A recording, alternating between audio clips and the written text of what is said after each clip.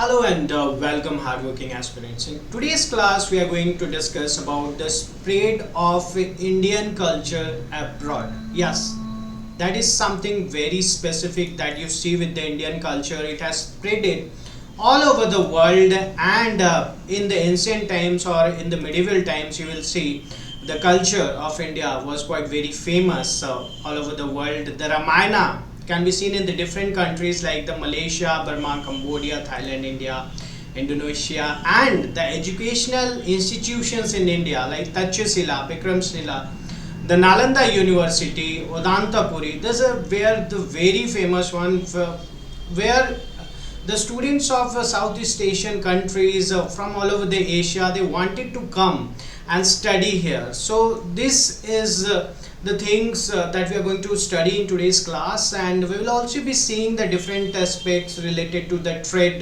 religion, art and culture that were influenced by Indian culture. And if you want to have the PDF of this class, you should join our Telegram channel. The link is given in the description and you'll get the PDF. And along with that, if you have any specific question, you can also ask us that in the comments and we will try to answer that question in the Telegram channel. But before we begin, a very quick info for all of you. If you're preparing for TSPSC Group 1 or for TSPSC Group 2 or for UPSC CSE 2026-27, right now we are giving 50% off on our live batches. You can call on the numbers given below and inquire for more. Okay, so let's get started with our class today. So that is the spread of Indian culture beyond the subcontinent. And if we see, it's not something which started some nearby time, rather it is from somewhere around 300 before common era to the 1500 common era. We'll see that the Indian civilization, since the time of the Indus Valley civilization, we find the evidences.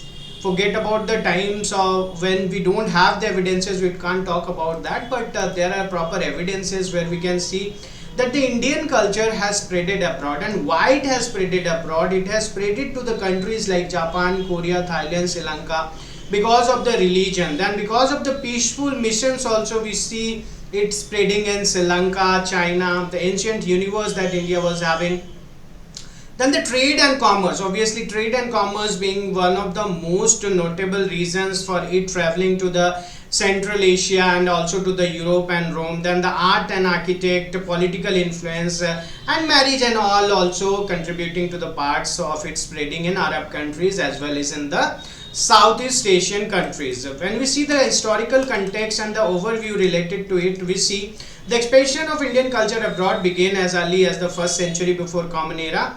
And we will also see the cultural intensified during the early centuries of the common era, facilitated by the established trade routes like the silk trade route was one of the very important reason. And it's also continued in the transmission of ideas, religions and artistic traditions that were there. Okay, India being a very vibrant nation, very diversified nation, each day we are celebrating some or the other festival that is there. So if you see this Indian culture and abroad timeline, you will see here we are starting from somewhere around the minus 200 or the 200 BC. From that time you will see that the trade routes and the traders with the sea, they are coming. Then we'll see because of Buddhism spread to the Central Asia and the monks from China, they coming to India. We'll see that. Then the Ashoka will spread Buddhism to Sri Lanka. Nalanda University is there. The Buddhism is spreading to Japan. Then we also see the Angkor Wat is being built and the Bikramshila establishment. All of these are the important timeline for the Indian culture traveling abroad. So let's get started with the trade and commerce first. So these routes facilitated the exchange of goods such as the spices, textiles and precious stones. But more importantly, they also embedded the flow of cultural ideas and the practices. The Silk Road played a very crucial role in connecting India with the Central Asia, and resting places for monk, missionaries, pilgrims and merchants became famous centers of Buddhist learning. The most lasting treasure that traveled along these routes was Buddhism, along with other aspects of Indian philosophy, art and culture. So if you see this map, you can see here, this is showing you the journeys where you can see the trade routes being followed here. This very clearly shows you that the trade routes was done in Arabia as well as in Iran, and also in the Southeast Asia side. Okay, the trade relations with the different regions, if we see, then we will see one by one. The Central Asia first.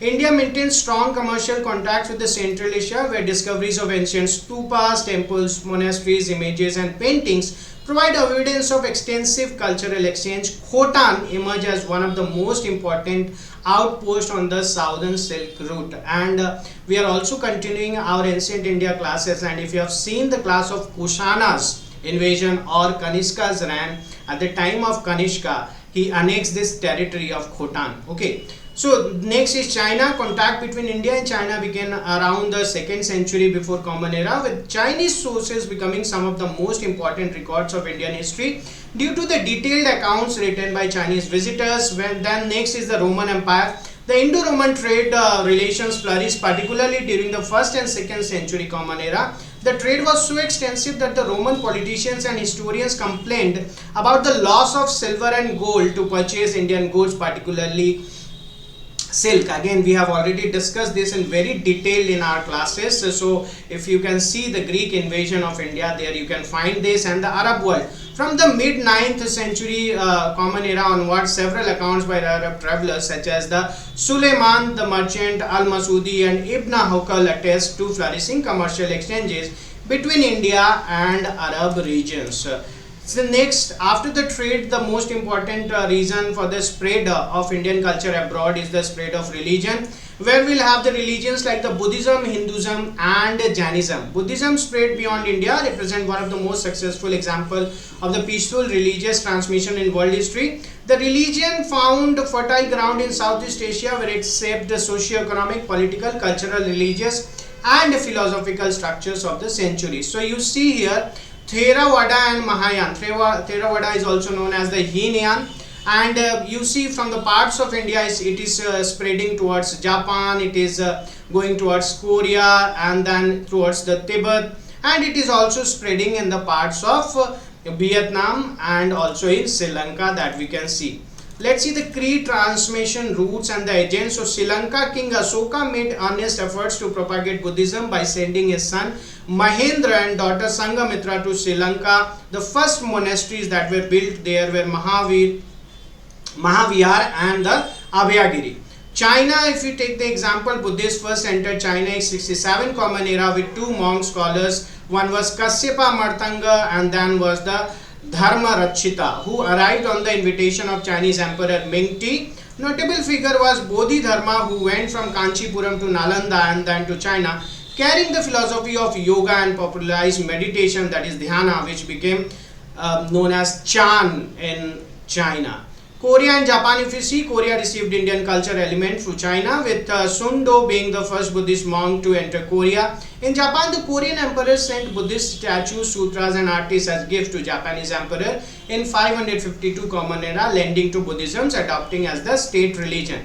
Where if we talk about the Central Asia, Buddhists took root and flourished during the Asoka's period, with the first missionary to Central Asia being Varikona, a Kashmiri. Cities like Balkh and Tim remained strong centers of Buddhism until Islam replaced it. So we can see that Buddhism was one of the religion which really spreaded abroad to the various places, and it also took the Indian culture along with it. Hindu concepts of state and kingship were widely adopted by the Southeast Asian rulers. The essence of kingship was expressed through the concept of Devaraja, God who is king, so that is Devaraja, when rulers were consecrated as incarnation of Hindu gods like Vishnu or Shiva.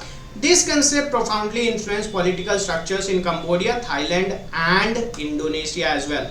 When we talk about Jainism, Jainism spread through peaceful missionary activities like the Jain monks traveling extensively to propagate message of peace, secularism and humanity. These missionaries emphasized non-violence and environmental conservation, contributing to the ethical foundation of several Asian societies. Let's see after the trade and the religion, art, architecture and literature. So architecture marvels and artistic influences were also important here. First and foremost, let's talk about Angkor Wat, that's in Cambodia, Built in the early 12th century during King Suryavarman II's reign, Angkor Wat represents the epitome of Indian architectural influence in Southeast Asia. The temple incorporates Indian design concepts such as cosmic symbolism and temple layout blended with local Khmer styles. The Dravidian architectural style was at its peak during the 11th century, coinciding with close contact between Chola Emperor Rajendra and Khmer King Suryavarman. Next is the Borobudur Java, 8th-9th century Buddhist temple demonstrate the perfect fusion of Indian Buddhist cosmology with local architectural tradition. The temple's vertical division into base, body and superstructure accords with Buddhist cosmology concept of Kama Dhatu, Rupa Dhatu and Arupa Dhatu that you can see here. And when we see the artistic elements, so Indian influences are evident in cave complex like Dunhuang, Yun Kang and Lungmen in China, where colossal images were carved and caves were beautifully painted. In Sri Lanka, the renowned paintings at Sigriya reflect the Amravati style of India. Next is the literary influence and the Sanskrit. Sanskrit played a very crucial role in the cultural transmission. If we see Indian epics, particularly the Ramayana and Mahabharata, were widely adapted across Southeast Asia. The Ramayana connection can be traced to the 5th century Common Era through stone inscriptions from Funan, the first Hindu kingdom in mainland Southeast Asia. Almost every Southeast Asian country accepted the Ramayana because it was easily to retail and understand, modify and apply to contemporary culture back then. So Sanskrit as well as this literary influence can be seen. Ramayana in different countries like Malaysia, Burma, Cambodia, Indonesia, India and Thailand can be seen that there also they have this Ram Leela being played, and this is the Funan that you can see. Now next is the role of the ancient universities and education for the spread of Indian culture abroad. So Nalanda University, the very famous world's first residential international university. Nalanda attracted students from Tibet, China, Korea and Central Asia. The university had a rigorous entrance examination and its graduates were highly respected throughout India. Only 30% of the students were selected after the entrance exam, and we have done it in very detail. In our classes of Gupta period, Kumar Gupta I was the first who patronized it or who founded it. Bikramshila University, founded by King Dharampala. Bikramshila specialized in Buddhist education and was known for training monks. The university pioneered the culture, and here they used to get the titles of the Mahapandit and the Pandit. Next is the Takshashila University, established around 600 before Common Era. It can be traced when Alexander the Great had the invasion towards India, and Takshashila was India's first university and taught 68 subjects, attracting students from all across the world. So these are few of the university, the Takshashila and the Vikramshila, Nalanda and the Udantapuri that you can see, and you can also see Pushpagiri, Jagatdala, Vallabhi and the Somapura. Educational exchange and the knowledge transfer that happened, the continuous flow of scholars between India and other countries. Basically, we will see people like Fa Hen, Huenzhang from China. They will be becoming Chinese scholars who came to India, wrote detailed accounts that became crucial sources of Indian history. And similarly, Indian scholars traveling abroad established centers of learning and translated Sanskrit text into local languages. So these Indianized kingdoms and political influence, if we see that also, so Southeast Asian political transformation, the Funan, 1st to 6th century Common Era, the first Hinduized state in Cambodia, founded according to the legend after the marriage of Buddhist monk Kundinya I with Princess Soma. Funan flourished for 500 years, maintaining prosperous trade with India and China. Then we have the Srivijaya Empire, centered in Palembang, Sumatra. This maritime empire was strongly influenced by Indian political models. Religious and languages, the rulers adopted Indian royal title like Maharaja and used Sanskrit as the administrative language. Next is Angkor Empire. The Khmer king established a cult identifying the king with the Hindu god Shiva. Reaching peak frame under Jayavarman VII, the empire's conquest extended into Thailand, Champa, demonstrating the political influence of Indianized states. So this is the Funan that you can see, and also the Srivijaya Empire that we have talked about, and this is the Khmer Empire in Cambodia that we can see. Let's see the diplomatic and cultural marriages that happened at this period. Indian rulers used marriages strategically to expand their influence, open new avenues for economic growth, and help powers retain their independence. The legendary marriage of Buddhist monk Kundaniya I with Princess Soma, daughter of the local Naga clan chief, led to the founding of the kingdom of Funan. And royal marriages often resulted in the establishment of Indian cultural practices in foreign courts. These unions brought Indian custom, architectural style and religious practices to new regions. Peaceful missionary work, if we see the Buddhist missionary work represented one of the most successful examples of peaceful cultural transmission. Unlike military conquest, Buddhist missionaries relied on the appeal for their teaching and the patronage of their local rulers. Hindu mission, Hindu priests and Buddhist scholars were often invited by the native ruler to take up partition of power, creating mutually beneficial relationship between foreign advisors and local kings. And that the Jain missions emphasize on peace, secularism and environmental conservation. So this is the map where we can see the spread of Buddhism from India to all across the world. Then also the Theravada and Mahayana, both are the sects of Buddhism.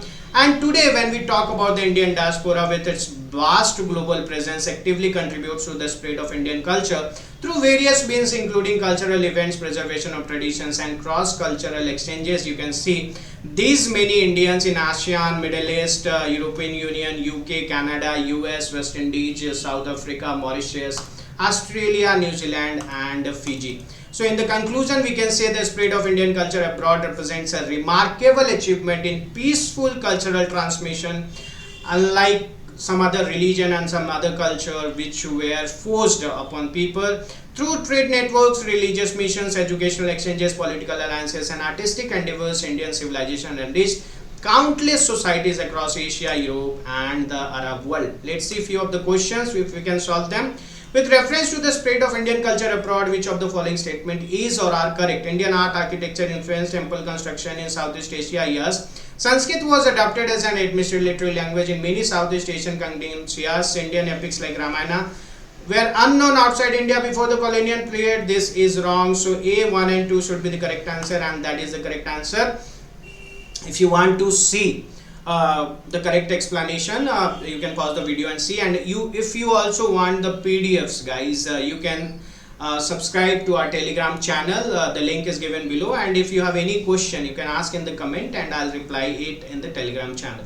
Many of the Greeks, Kushanas and Sakas embraced Buddhism rather than Hinduism because Buddhism was in the ascent at that time. They had renounced the policy of war and violence. Caste-ridden Hinduism did not attract them. Buddhism provided easier access to Indian society. Well, let's see what is the correct answer here. The foreign rulers found the rigid caste system of Hindus less appealing and chose Buddhism, which was more accessible and helped legitimize their rule in Indian society. Which of the following best explains the role of Indian traders in the spread of Indian culture to Southeast Asia during ancient times?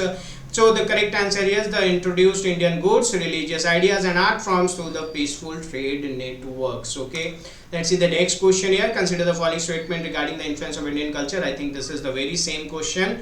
The many Southeast Asian kingdoms adopted Sanskrit as their official language. The Indian temple architecture influenced monuments like Angkor Wat and Bardor and the Ramayana and Bharata were unknown in Southeast Asia until the colonial period.